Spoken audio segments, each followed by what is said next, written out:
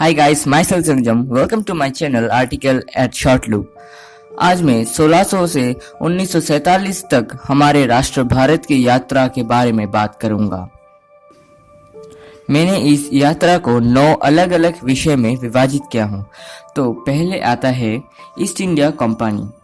British east India company की स्थापना queen Elizabeth ने 1600 में की थी, जो ब्रिटेन और भारत के बीच में मसाला व्यापार का संचालन करता है। कंपनी ने मछलीपट्टनम, सूरत और मद्रास में व्यापारिक केंद्र स्थापित किए और फ्रेंच, डच और पुर्तगाली से प्रतिस्पर्धा की, जिनमें से सभी के भारत में व्यापारिक हित थे। इसके बाद 1661 में ब्रिटेन के राजा चार्ल्स II ने ब्रागांजा की पुर्तगाली राजकुमारी कैथरीन से शादी की और बॉम्बे को उसके दहेज के रूप में प्राप्त किया। उन्होंने इसे प्रति वर्ष 10 पाउंड की दर से ब्रिटिश ईस्ट इंडिया कंपनी को किराए पर दिया। बाद में उन्होंने कंपनी को मुद्रा जारी करने, किलों का निर्माण करने, अंग्रेजी विषय पर अधिकार क्षेत्र का अधिकार देने और स्थानीय लोगों को साथ युद्ध और शांति की घोषणा करने का अधिकार दिया। 18वीं शताब्दी के मध्य के दौरान कंपनी ने बंगाल, बिहार और उड़ीसा में सत्ता में आई और आदेश के बनाए रखने के बदले में भूमि राजस्व एकत्र करने के लिए मुगलों के साथ एक समझौता किया। कंपनी ने टीपू सुल्तान मराठों को हराकर और नेपाल, सिंध, बर्मा और पंजाब को अपने नियंत्रण में ले लिया।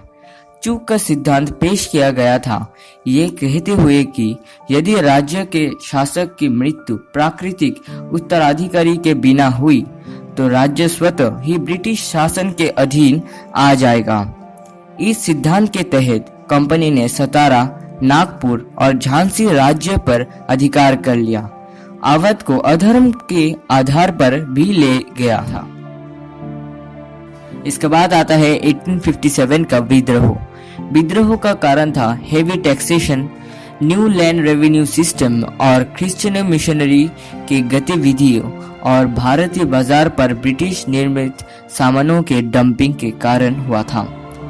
झांसी की रानी लक्ष्मीबाई और नाना साहिब, जो चूक के सिद्धांत द्वारा अपदस्थ थे, वो भी विद्रोह में उठे। 10 मई 1857 को मेरठ में तैनात सैनिकों ने मुगल बादशाह बहादुर शाह जफर को भारत के सम्राट के रूप में घोषित करने के लिए दिल्ली में विद्रोह किया और मार्च किया। विद्रोह अंग्रेजी द्वारा दबा दिया गया था, क्योंकि विद्रोह ने उनसे लड़ रहे थे और उनके पास आधुनिक हथियार का अभाव था। विद्रोह ने भारत को एकजुट करने को प्रभाव डाला। कई रियासतों के बीच एकता का निर्माण भी हुआ था। नंबर 3 पर आता है ब्रिटिश राज। एक तरफा मुक्त व्यापार की ब्रिटेन की नीति ने भारतीय उद्योगों को बर्बाद कर दिया। भारत ने ब्रिटिश कारखानों में उत्पादन के लिए कॉटन और आयरन ओर जैसे कच्चे माल उपलब्ध कराए।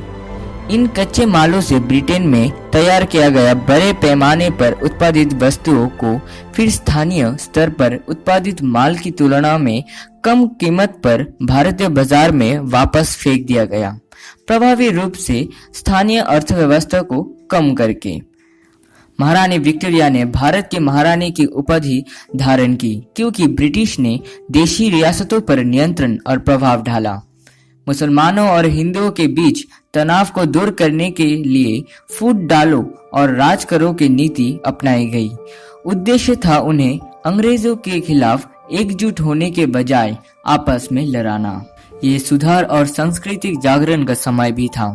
जैसे जैसे शिक्षित भारतीयों ने आधुनिक विचारों को खोला, जैसे राजा राममोहन रॉय और ईश्वर चंद्र विद्यासागर ने धार्मिक, सामाजिक, शैक्षिक और राजनीतिक विकास की शुरुआत की। उन्होंने महिलाओं की स्थिति में सुधार लाने और तर्कहीन विकृतियों और प्रथाओं के हिंदू धर्म से छुटकारा पाने की दिशा में सक्रिय रूप से काम किया। आध्यात्मिक नेताओं ने हिंदू धर्म को पुनर्जीवित किया और लोगों से वेस्टर्न के वैज्ञानिक दृष्टिकोण से अपनाने का आग्रह किया।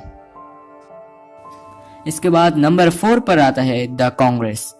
अंग्रेजों ने इल्बर्ट बिल पेश किया, जिसने भारतीय मजिस्ट्रेटों को यूरोपियों की कोशिश करने का अधिकार दिया। यूरोपीय लोगों ने कड़ी आपत्ति जताई और बिल वापस ले लिया गया। लॉर्ड लिटन द्वारा पारित वर्नाकुलर प्रेस एक्ट ने भारतीय प्रेस पर गंभीर प्रतिबंध लगा दिया, जो कि राष्ट्रवादी था। राष्ट्रवादी भारतीयों ने खुद को संगठित करना शुरू किया और पूरे भारत में विभिन्न मीटिंग की। इसके बाद 1885 में भारतीय राष्ट्रीय कांग्रेस का गठन हुआ, जिसने बॉम्बे में अपना पहला सत्र आयोजित किया। कांग्रेस ने विधान परिषद में भारतीयों के लिए और अधिक शक्ति की मांग की और धन निकासी पर नियंत्रण का आह्वान किया। पार्टी ने याचिका, प्रार्थना और विरोध को अपना औजार के रूप में इस्तेमाल किया। The journey of India from 1600 to 1947 का जो सीरीज है उसका पार्ट 2 जल्दी आ रही है, तो देखना बिल्कुल भी ना भूले।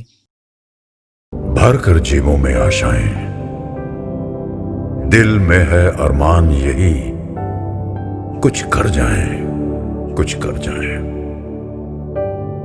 सूरज सा तेज नहीं मुझ में, दीपक सा जलता देखोगे। सूरज सा तेज नहीं मुझ में, दीपक सा जलता देखोगे। अपनी हद रोशन करने से तुम मुझको कब तक रोकोगे, तुम मुझको कब तक रोकोगे।